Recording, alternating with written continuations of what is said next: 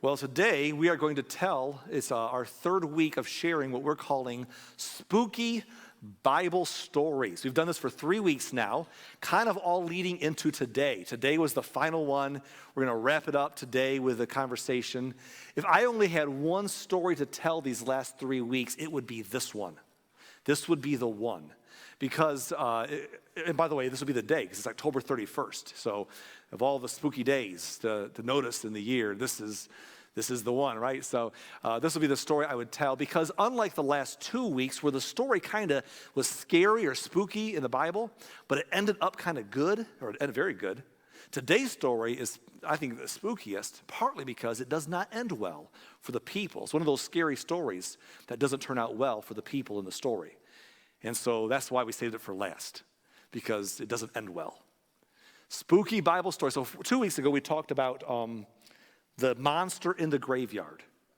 The monster in the graveyard. Last week, we discussed the ghost on the water. Today, we get to talk a little bit about the hand. The hand, okay? The hand is our topic today. Now, when I was going to do this, I was going to put a graphic or a little trailer on the screen. Do y'all remember the 1960-something movie called The Hand? Does anybody else remember that movie from the 60s called The Hand? Okay. The sad part is most of you who are raising your hands are a bit older than me, and I'm also remembering you. I'm seeing in which crowd I'm more and more belonging to as time goes on here. We remember this movie. My defense, I was a child. So I was young. My dad had that privilege of watching shows on TV that somehow we weren't always allowed to watch because it was not fit for us, or he just was watching TV and we were doing other things. So I snuck in one day and he was watching, apparently, I don't know if he was probably channel flipping between Detroit Tigers games because he was a fan. But anyhow, The Hand was on. And I remember that scene. If you watch the movie, you know what I'm talking about. Is that scene where the guy's driving his car and it's in the back seat of the car, and it's just like it's like a hand that's like down to here or something. It's just crawling at him, like you do to your kids when you're trying to be silly, But it's just a hand. And looking back on it, it was so cheesy. Okay, but when I was young, it was pretty terrifying. Okay, so today we're going to talk about the hand, and it is a Bible story. But here's the thing. It's not a movie, it's not fake, it really happened, and it really is that scary. So, in order to set this up, I've got to tell you the backstory for a little while.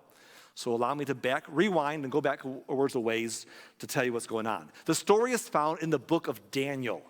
Daniel was a young man who, as a teenager, found himself far from home, as we'll mention momentarily, and he actually wrote his book called Daniel Man, Far From Home. It was interesting. No, but Daniel, he wrote a book, and it's full of adventures and stories.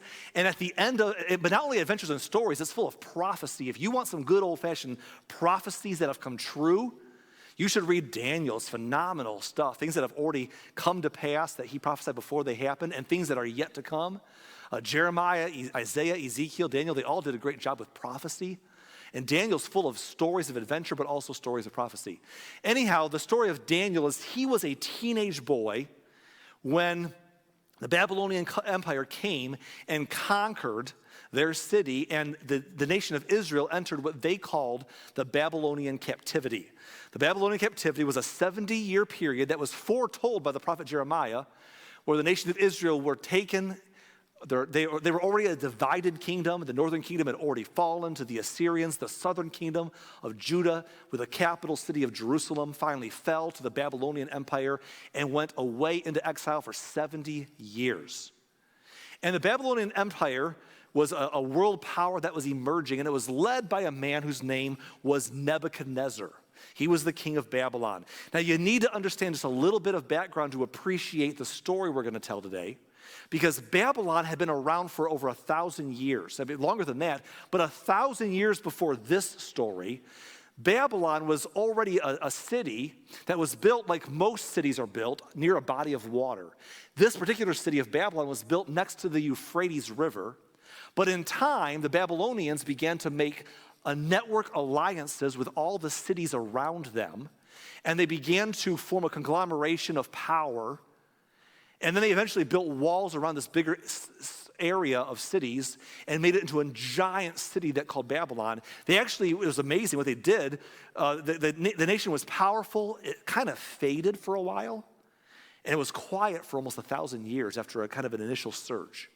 But during that time, they were hard at work. And they did something that was really amazing by any standard. The city began to grow into sections on both sides of the Euphrates River, and they built a wall around the entire thing, including through the Euphrates River and 2 spots to surround all of the city of Babylon. So they built this wall to be impenetrable. I mean, this was a powerful, powerful wall. And it was like you picture like you've watched Lord of the Rings or something when they try to conquer the big strongholds and it's just almost impossible to get in there. This was this impregnable city. It was just built, this wall went through the Euphrates River, not to the bottom, but deep enough to where you couldn't possibly get under it. The mighty Euphrates ran through it, against the wall, pushed under the wall, through the city, outside the other wall. It was just a powerful force. And they kept them fed with water, and so they would never have a drought. And it was a powerful city built so well for defense. Anyhow, about this time in history, about 600 years before Christ, Nebuchadnezzar comes to power, and the Babylonian Empire has just grown. It's getting very big, and they go on a conquest rampage where they begin to conquer other nations and cities and just take their wealth and bring it back to Babylon and make Babylon the most opulent, rich place around. Not only would they take the wealth from these nations, but they would take the young people. If there were young people, guys and girls, who were young and attractive and sharp, they would harvest them for their own city. They would take them, and the girls, they would be sent off for the guys, and the guys, they would take some of them and they would train them to serve in the palace. The girls would serve in different ways, maybe less desirable, but the guys would be taught the language. Honestly, the guys were made eunuchs most of the time. They were eunuchized, which is a whole horrible thing too. They would take them into the city. They would raise them to teach them the language of Babylon.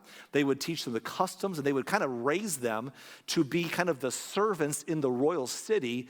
And it was really a smart move because the king of Babylon wanted to have the best and the brightest in the city of Babylon. So when people came there, young, bright, sharp, growing, adult people who were capable and sharp, it made the city look beautiful and seem intelligent and intellectual and ahead of its game. It was just a whole move that Babylon was doing. Well, one day they marched on Jerusalem. They conquered the city. They tore down the walls around Jerusalem, destroyed the temple. They had already been given a glimpse during King Hezekiah's reign of the treasures that they kept in Jerusalem. Because unlike other nations that held their wealth elsewhere, Israel was kind of a religious nation. They're supposed to worship God. And so their temple was where their wealth was kept. So the king of Babylon sends his people to march on the temple, destroy it completely, and take all that wealth back to Babylon, killed a lot of people, took the young people captive as was his custom. And amongst those captives was a teenage boy named Daniel and some of his friends that are mentioned in the story. And you can say, why did God let the city of Jerusalem fall to the Babylonian Empire this way? And this is just background, but I think there's 2 important reasons to mention as we get going here. One is because God was using this to correct his people, because Israel had gone far from God. He had brought them out of slavery. They were slaves in Egypt, and God had brought them out of slavery, and through miraculous events brought them to this promised land. He promised their great ancestors, Abraham and Isaac and Jacob. He brought them back. He established them against all odds as a nation, and they were a testimony to God's power. They were a testimony to the mighty power of Yahweh. And as they grew as a nation by God's hands and as a witness to the other nations around them who worshiped false gods and idols that were territorial, that there was one true God over all who was the maker of everything. As they were a testimony of that for many years, they began to drift from God. They began to go far away, practice horrible things and do horrible things in worshiping pagan practices and mistreatment of others. They went so far from God that God would send prophets to warn them and bring them back, but they would not listen. And eventually, through men like Isaiah and Jeremiah, God told them, your days are numbered. I'm going to send captivity to you. And it won't be forever, but it's going to be for a whole bunch of years. It was when Jerusalem fell, as Jeremiah predicted, they went for 70 years into captivity before many of them returned back from Babylon later on to rebuild the temple. So this was a corrective move by God to bring his people back to faith in him, because they had gotten proud and turned from him, and he used it to kind of realign them.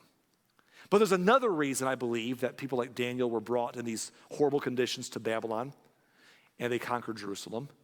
And that was because the king of Babylon understood, well, we understand now, the king of Babylon was the beginning of a new era in history. Now, I know some of you don't care about history maybe, but if you do, you might know this, and you should know this probably. The world kind of goes through seasons where, there's, kind of this era of world history, that era. This became the era of world empires. Like there were strong cities before Babylon, but nothing like Babylon. There was Egypt before, and regionally it was important to Israel, so we know about Egypt, and there was Assyria. But Babylon became kind of a world empire of that part of the world that's written about and kept in our history books. Babylon became like an empire, the first of its kind. Actually, the king of Babylon had a dream one day where Daniel prophesied all the coming empires, and it was signified as the head of gold, kind of the beginning of this era of world empires. And so the Babylon was that. And after them came the Cyrus the Great and the Persian Empire. After that came the Grecian Empire. Alexander the Great led the Greek Empire into power. After that came the Roman Empire and all its different Caesars, and so on. But Babylon's kind of the beginning point. And so right at the beginning of this era of history, not only does God use this time to correct his people who'd gone far from him, but he also inserts into Babylon, into this new world power, this gold head, so to speak. He brings in Daniel, he brings in the Hebrew children, he puts them there to be a testimony to the king himself of who he was, so that they would recognize that there's not just a bunch of gods territorially and ours are more powerful, but there is a God who is monotheistic deity, creator of heaven and earth, Yahweh, the God of Israel we worship. So Daniel's there, and he does his job. Daniel takes a stand for his faith as a young man, gets the king's attention, interprets dreams for the king, gets the king's attention. His Hebrew friends take a stand. The king has revelation after revelation. Nebuchadnezzar has revelation after revelation that God, the God of Israel, is bigger than anything he's ever encountered before. This is the true God. And Nebuchadnezzar was kind of learning. He was kind of learning, but in a way, he wasn't. He was still proud and giving himself the credit for what God raised him up to do. So one night, and this is where we get to the first of our two parts of the story. One night, he has a really bad dream. It was Taco Tuesday. He ate too many. He had a really bad dream. He wakes up in the middle of the night. He's terrified. He ends up calling for Daniel because Daniel was known to interpret dreams for him. And says, Daniel, what does my dream mean? And Daniel hears the dream and he kind of gets scared. And he says, King, I hope this dream is not for you, but apparently it is. I hope it's for your enemies, though. And he says to the king, God is about to do a hard thing to you. He's been showing you who he is. He's been showing you that he's there and that he put you here, but you refuse to listen and you're full of pride. And Daniel actually says to him, you mistreat the poor and you're a wicked king. But God gave you your power and God's about to humble you. He's about to make you lose your mind. You're going to become like crazy, like a wild animal for a while until you figure out that God gives you, and God can bring you into power, and God can take it right away just that fast. He's warning you. So please, King, if there's any hope at all, turn from your wicked ways. Believe on God.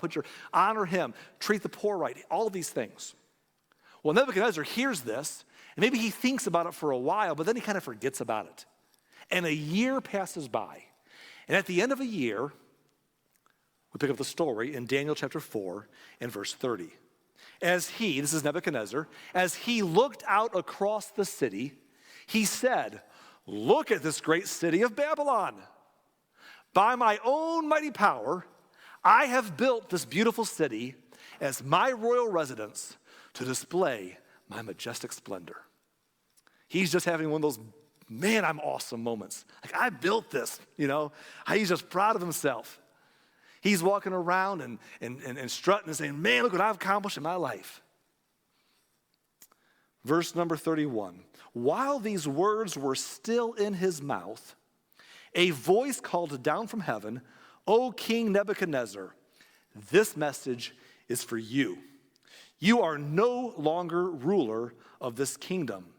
You will be driven from human society. You will live in the fields with the wild animals, and you will eat grass like a cow. 7 periods of time will pass while you live this way. And here's the key.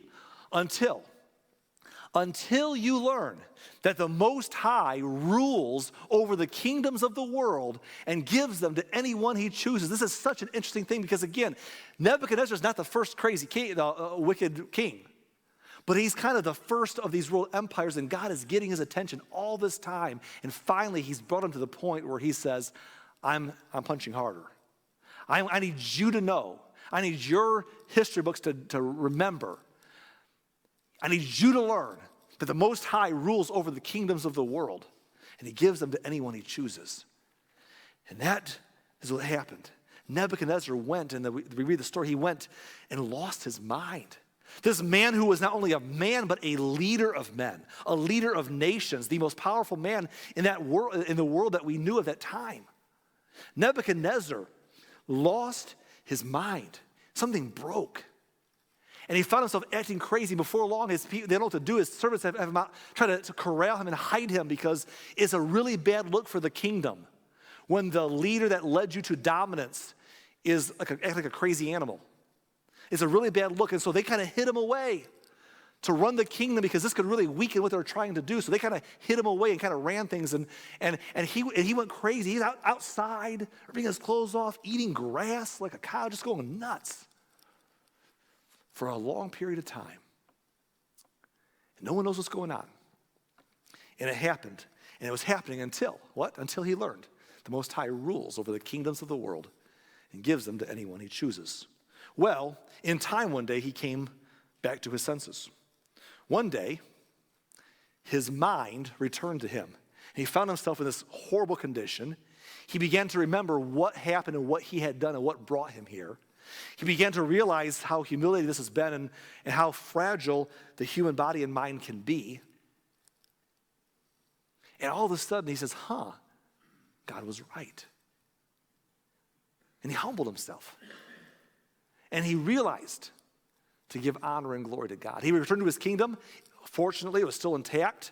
His advisors were no doubt thrilled because they didn't have to keep up the charade anymore because they needed him. And he came back and they tested him. He's in his right mind. He's sharp again. They can trust him again. What happened to you? I don't know. And Nebuchadnezzar gets in front of the nation and he doesn't keep it secret. He writes the story down. He proclaims it for everyone to know. He doesn't hide it anymore. He tells, chapter 4 is Nebuchadnezzar telling the story of his own humility. And here is his conclusion in verse number 37. He says, now I, Nebuchadnezzar, praise and glorify and honor the King of heaven. All his acts are just and true, and he is able to humble the proud. So he has this moment where he comes to realize who God is and who he is in the grand scheme of things, even though he was a world empire leader. It's a powerful moment. And Daniel chapter 4 ends with that note right there. And the very next verse is Daniel chapter 5 and verse 1. Let me read it to you before we pause. The next verse, Daniel 5 and verse 1, says this. Many years later, King Belshazzar gave a great feast for 1,000 of his nobles, and he drank wine with them. Now, those words, many years later, is just kind of like one of those things where you skip over a lot of details because Daniel wasn't trying to tell us at that time all the details. But I want you to know the details of what happened in those many years before this story jumps on the scene. What took place? So let's rewind a little bit. After Nebuchadnezzar has his come to God moment, and he tells the world that he recognizes God and glorifies God, Nebuchadnezzar would go on to live many more years, and he would reign over Babylon as well as he ever had. But while he's continuing to reign over Babylon, other powers began to consolidate and merge in the world, and one of them was the mighty Persian Empire. And Persia began to grow strong. And as Babylon stayed in its glory and Nebuchadnezzar lived out his life, eventually he died. He was honored magnificently and buried. After his death, a couple different kings took over the throne of Babylon. They didn't last very long. Internal fighting, lots of stories that don't matter for today. They just didn't last very long. A couple kings came and a couple kings went. Meanwhile, as Babylon is weakening, the Persian Empire is getting stronger and consolidating power. They're making deals with the Medes, who are basically recognizing the Persians are the big boys, but they're going to work together to do some conquest and make the Persian Empire strong. And the king of Persia's name was Cyrus. Cyrus the Great, he was an ambitious man. And he decided that he was going to set his sights, not just on conquering and expanding his empire, he was setting his sights on the mighty city of Babylon. Because if you could take down the big boy, you're the big boy. So he gets his army together and they begin to march towards Babylon, conquering cities along the way and marching with an enormous force to the outer walls, eventually to get to the outer walls of Babylon. Meanwhile, in Babylon, the new king, following a couple of different kings after Nebuchadnezzar, the new king of of Babylon, was a man named Nabonidus. Nabonidus was the king at that time, and he realized that the Persians were coming to fight. So Nabonidus decides he needs some help, so he appoints one of his co-regents to kind of step up to power almost equal with him and help him run everything because he had to go out to fight war. So he appointed one of his co-regents, whose name was Belshazzar, to step in the role as co-regent and help him lead the kingdom of Babylon. And then Nabonidus took his armies, left some of them behind to defend the city, but took a large part of his army, walked out of the city and went the distance to stop and meet the Persian Empire and King Cyrus to fight that battle before they arrived at Babylon. And Nabonidus is going to defend the glory and honor of Babylon, and Belshazzar is going to watch over the city. As Nabonidus marches towards Cyrus, something amazing happens. The mighty Babylon does not win this time. The Persian army literally slices and dices through them like they're butter. And the Babylonian Empire the army is wiped out. Nabonidus is captured as a prisoner of King Cyrus. And they continue their march to the city of Babylon. When they arrive, they set up camp to put a siege on the city. But Cyrus knew something that both he and Belshazzar in the city both knew. And that was that it was pretty much impossible to conquer Babylon. Babylon was pretty much impregnable. The walls were built so thick and strong and tall. The layers were so deep. The complexity of their operation was it was hard. And on top of it all, you couldn't just starve them out. They had a water supply because that city was amazingly built over the Euphrates River, with the wall going down deep into it and allowing the water through it still. And they had water supply. And it was amazing. The resources that were in that city. And Cyrus knew it would be almost impossible to conquer it. And not only did Cyrus know that, Belshazzar knew that. By the way, you should know this about Belshazzar.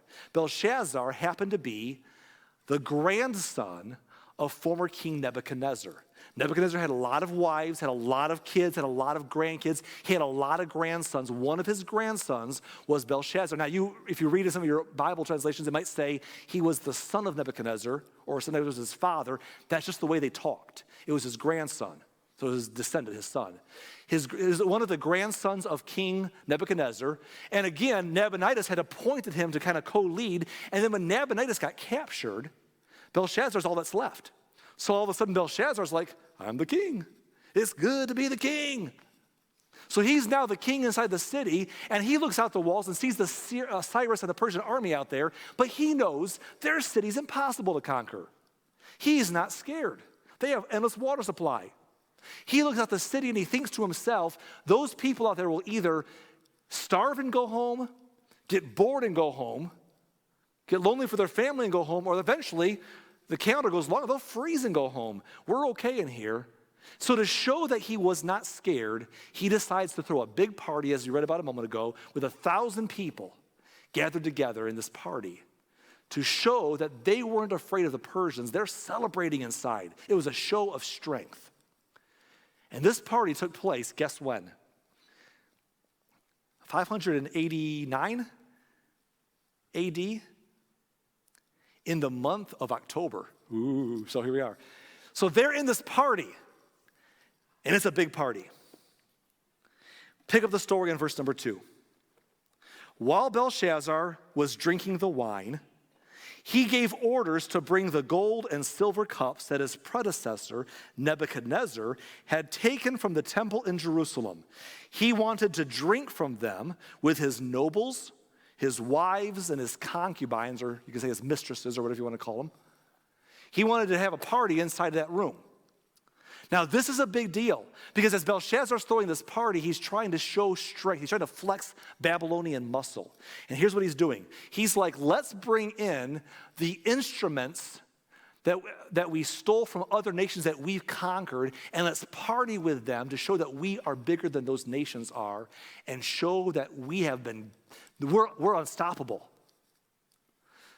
And he specifically asks for the instruments of gold and silver that Nebuchadnezzar took from the temple in Jerusalem. And that was significant. He specifically asked for those. I have a feeling because of Nebuchadnezzar's humility and his come to God moment, that those were probably set aside and treated with respect. But Belshazzar has none of that. He's like, bring them out here. Let's bring out those things right there. My grandfather honored that, but we're not going to bring them out here. We conquered those nations. We conquered those cities, and we conquered those gods. We'll bring those cups from the temple. We'll drink our wine and show that we're more powerful than any person or any god out there, and we're not afraid of the Persians. So they brought in these instruments to celebrate their power and their pride. Let's keep reading. Verse 3, so they brought these gold cups taken from the temple, from the house of God in Jerusalem, and the king and his nobles and his wives and his concubines drank from them. While they drank from them, they praised their idols made of gold and silver and bronze and iron and wood and stone. In other words, they praised their little false inanimate object. So your God is an inanimate object. But they're like, yeah, that's what they worshiped. They worshiped the power of their wealth and their opulence and their strength and their might that could conquer anybody else's city or deity. And they celebrated with the temple instruments their power and their idols of those things. And that's when the story gets interesting. In verse 5, suddenly, whenever you see suddenly, that's a good time to gasp. Suddenly, suddenly, they saw the fingers of a human hand writing on the plaster wall of the king's palace near the lampstand. The king himself saw the hand as it wrote. I'm going to stop here before we continue the reading the sentence. So all of a sudden they're in this party, and it says the king noticed, he looks up and he sees, what is that? It sounds like a hand, but there's no body there. There's just a hand. He maybe gets up from his seat, look closer, and the people begin to look. What's he looking at?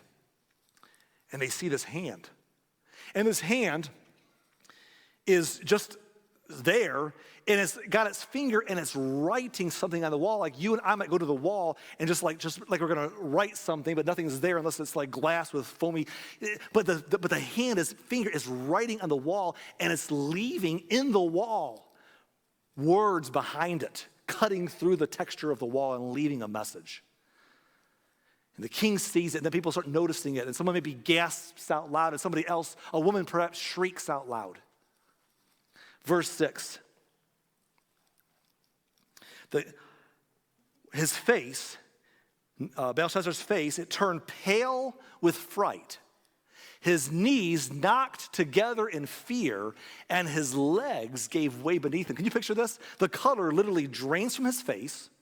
His knees are knocking together. He loses his balance. He's looking for this thing. He's so scared he collapses. He loses his balance. He's just terrified, shaking, pale. Terrifying moment. Don't knock him now. Hey, we would all be so afraid. This is a terrifying thing. The hand with a finger carving words into the wall.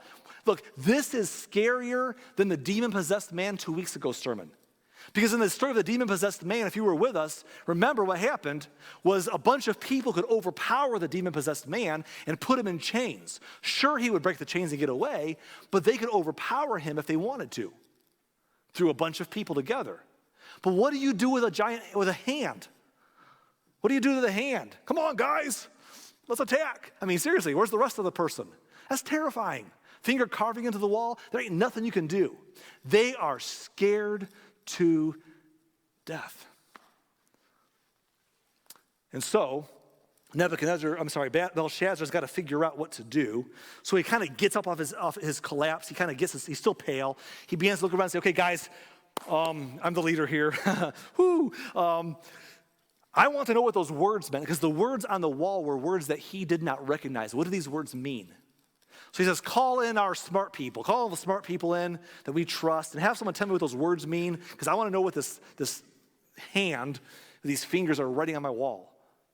He says, and tell whoever can interpret that meaning for me that I will give him promotion. I will clothe them in purple. Apparently, being clothed in purple was the rage back then. So if you want to really look rich, apparently purple's the way to go. Clothe them in purple. I'm going to put a gold chain around their neck. I'm going to make them the third most powerful man in the nation if they can interpret the writing on that wall. Well, they tried and no one could figure it out. And the king is nervous. I measure the hand is still over there on the side going, I don't know. But he's over there wondering. And in verse number 10, it says this, But when the queen mother heard what was happening, she hurried to the banquet hall. Apparently, she was not at the party. But she hurried to the banquet hall. She said to Belshazzar, long live the king. Don't be so pale. Apparently, he was still pale all this time later. Don't be so pale. Don't be so frightened. She says, verse 11, there's a man in your kingdom who has within him the spirit of the holy gods. During Nebuchadnezzar's reign, this man was found to have insight, understanding, and wisdom like that of the gods. Your predecessor, King Nebuchadnezzar, he made him chief over all the magicians, enchanters, astrologers, and fortune tellers of Babylon. This man, Daniel, whom the king named Belteshazzar, he has exceptional ability and is filled with divine knowledge and understanding. He can interpret dreams, explain riddles, and solve difficult problems. And then she summarizes by saying it this way. In summary, call for Daniel, and he will tell you what the writing means. Stop freaking out. You're the king. Call for Daniel. Let him help you out here. He'll tell you what's going on. So the king does. He calls for Daniel, and he does the same thing. Daniel, if you can tell me what those words mean. I heard about you, but I forgot about you. But if you can tell me what those words mean on the walls, I will give you an outfit of purple and a gold chain around your neck. You'll be bougie, okay? And that bling will be shiny, and I will make you the third most powerful man in the entire country if you'll tell me what that words mean. And Daniel says to him in verse number 17, Daniel answered the king, keep your gifts and give them to someone else. But I'll tell you what the writing means. I love Daniel's attitude. He's like, nah. Look, Daniel was a teenager when he came to the city. This is like 50 years later. He's pushing 70 years old probably, right? He's like, I'm not impressed with your money, your silver and gold and your purple outfits. Keep your gold chain, sounds heavy.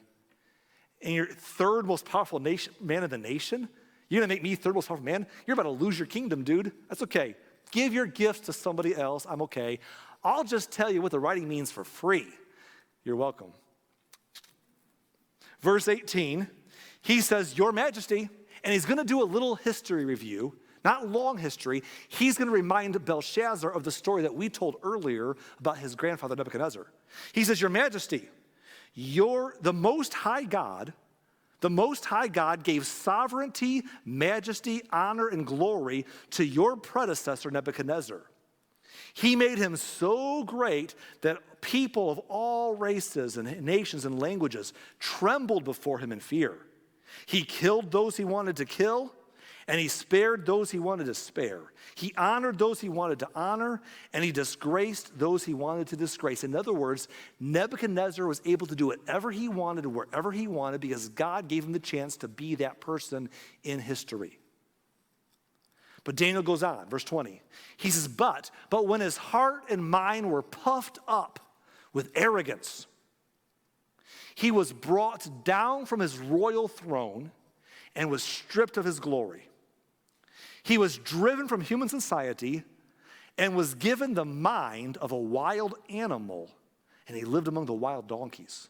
He ate grass like a cow, and he was drenched with the dew of heaven. And here he says it again, until So we saw this earlier. Until he learned that the Most High God rules over the kingdoms of the world and appoints anyone he desires to rule over them. By the way, that's good for us always to remember that God, the Most High God, rules over the kingdoms of the world. For all the anxieties and opinions and wrestlings we have in the world, the Most High God rules over the kingdoms of the world and appoints anyone he desires to rule over them. And then Daniel says to him in verse 22, this is a very pivotal statement. Daniel says, you are his successor, O Belshazzar, and you knew all this. This is so important. He's like, look, you knew that. You knew the stories. You saw the way that God was working in his life and he was kind of listening but kind of resisting. You saw that big ultimate moment where he lost his mind and came back and told the whole nation and wrote about it. You're his grandchild, for crying out loud. You know what happened. You knew all of this. This was not a secret. You weren't in the dark. You could have learned from his example. You knew all of this, yet you have not humbled yourself. You knew it, yet you refused to humble yourself. Verse 23, he explains, for you have proudly defied the Lord of heaven, and you have had these cups from his temple brought before you. You and your nobles and your wives and concubines have been drinking wine from them while praising the gods of silver, gold, bronze, iron, wood, and stone. Gods that neither see nor hear nor know anything at all. Like, really? That's what you're doing?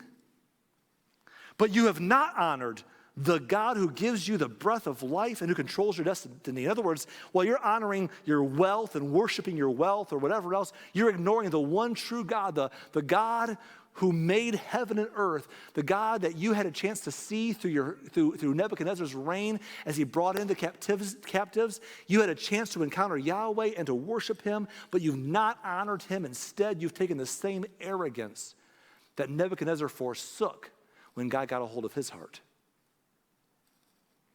And he says to him,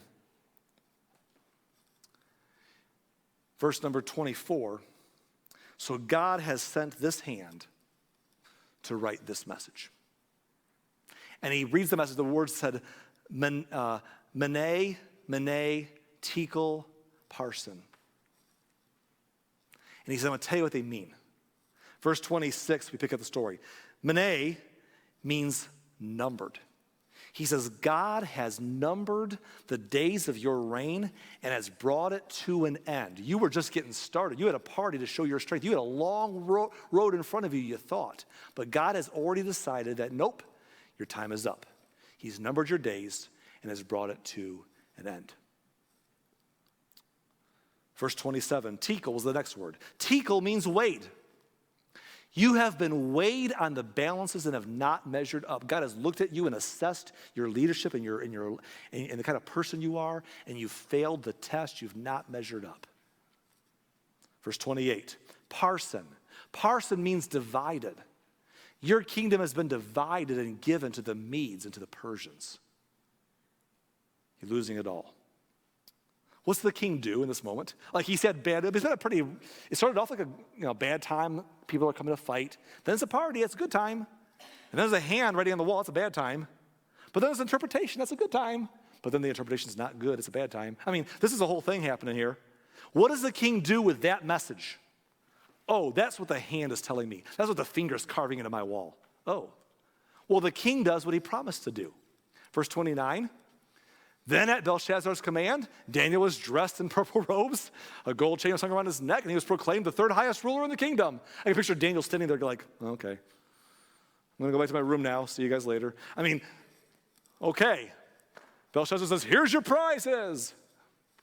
And Daniel leaves. But here's what's interesting. While all of this was taking place, the Persians had arrived. This party didn't happen overnight. They had been gathering these 1,000 people. They'd been preparing the food. This feast had been going on for days.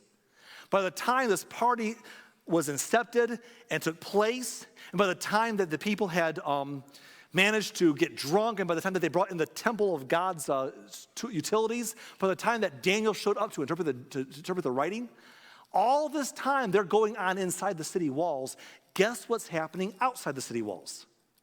Cyrus, the king of Persia, brought in a team of his engineers.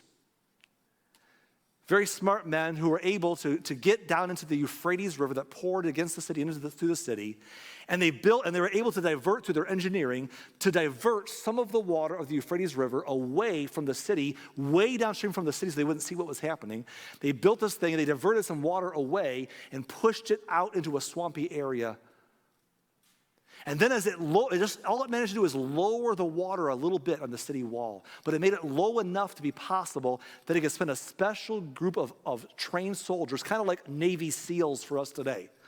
Special elite soldiers who would go down, swim under the wall of the city, come up the other side and stealthily sneak up, kill the guards watching the gate, and before the city could respond, begin to open the gates of the city so that the army of Persia could rush in. And that very night, the mighty, impenetrable Babylon was taken and was conquered. And in verse 30, it says, that very night, Belshazzar, the Babylonian king, was killed. And that was it.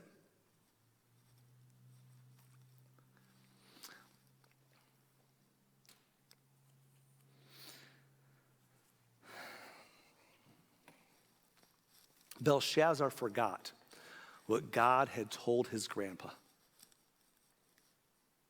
Belshazzar forgot that the Most High God rules over the kingdoms of the world and he gives them to anyone he chooses. And unlike his grandfather who humbled himself and would later say, now I, Nebuchadnezzar, praise and glorify and honor the King of heaven. All his acts are just and true, and he is able to humble the proud. Belshazzar refused to be humbled and determined to be proud and defiant against God and against everything in this moment. And that October day, it all came crashing down. I want to give you a couple thoughts in my mind real fast before we give a closing verse. I'm not going to put these thoughts on the screen. I'm going to let that verse sit on the screen here instead. I'm just going to share a couple thoughts real quick from me, and then I'm going to give you one verse and we're going to be done. But I want us to remember some important truths today as we wrap this thing up. I don't think you need a lot of details today. Honestly, if you just go home and remember the story will speak for itself in our lives, I hope. The story is the kind of story that can stick with you if you let it. But let me give you a couple quick thoughts. First of all, God has given us all that we have. All that we have comes from God. You may not have been given a kingdom like Nebuchadnezzar or Belshazzar, but God has given us all that we have. If you're born in a developed nation, one of the richest nations in the world, if we're here today or online today and we have the capacity to get out of bed and function with our bodies and carry ourselves into a new day, come to church. I have the strength to stand up here and speak words, and we all have the chance to hear what God is saying to us and comprehend and have the cognitive ability to listen and discern. And cars that we drove here and houses that we live in and maybe a family that we have around us and jobs and food that we can prepare and eat. Everything we have. Maybe it's not a kingdom, but all that we have, God has given us all that we have. And we would just be so wise to always remember we are some of the richest people in the world globally of the 8 billion people on this planet. And God has given you all that you have. Second of all, I want to say this. Remember, our time is limited. Time is short. I don't know how long we have, but it's short. You could be like Nebuchadnezzar where you live a nice full life, or like Belshazzar where it gets cut extra short. But even if we live long lives, the older we get, the more we know that it's flying by. Our time is limited. And in the end, our money, our wealth, and our status cannot save us when this race is over. God has given us all we have. Our time is limited. I want to say this next. God has a plan. God has a plan. And that plan will be fulfilled no matter what part we choose to play in it. God gives us that beautiful thing called free will to choose to follow him or not. But he's also still sovereign over all. His plan will be fulfilled whether we choose to play our part in it or not. He's still over all. You know, so many times in our life, because we have so much, because we are so well off, we get like Nebuchadnezzar. We think we're entitled to the stuff we have, don't we? We think, I deserve what I have. And so we tend to pray prayers contrary to the Lord's Prayer, the model prayer. We tend to kind of pray, we wouldn't say it, but we kind of act like our prayer is, Lord, my kingdom come, my will be done on earth. Like you're there to answer my request and keep blessing me because I deserve it and that's why I have it. And we wouldn't say that, but we kind of act like God's there at our beck and call. And if he doesn't, then what good is he? And yet God is saying, actually, my kingdom come, my will be done on earth as it is in heaven. And I have a plan, I've put you here, and I've given you all that you have, and I've given you your time, and the time is limited. And I've put you there. And his plan will be accomplished no matter what we do. And let me say this also, those who oppose God will never overthrow him, but they will find themselves to be overthrown instead. Be very careful to stand against God. There's no win in that seat. He is able to humble the proud. I want to give you one more verse. Sometimes I give you a closing, like a sticky statement to take home with you. But I'm not going to give you one from me. I'm going to give you one from Peter. Remember Peter? New Testament Peter? We saw him last week. He kind of walked on the water with Jesus last week. Peter, the disciple. Peter wrote several letters. 2 of them are included in our New Testament, 1 Peter and 2 Peter. There's others also. Peter, in 1 Peter, makes a statement that I want us to take home with us today in light of the story. He summarized it this way: God opposes the proud, but gives grace to the humble. That God opposes the proud.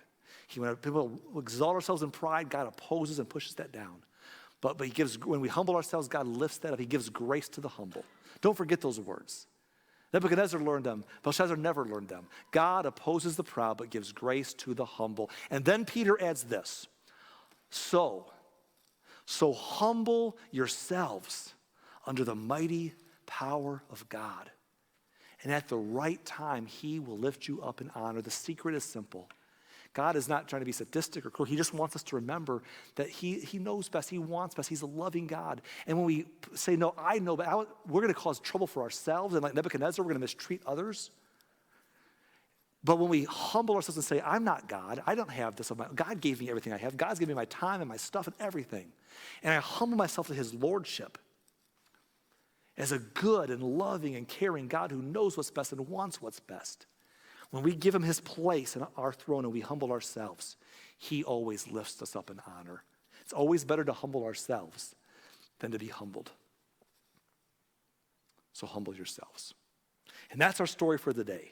And I hope that we'll remember it and that verse or 2 from Peter, because boy, what a testimony of the power and trust and the ability of God who's given us all we have to order our steps better than we ever could.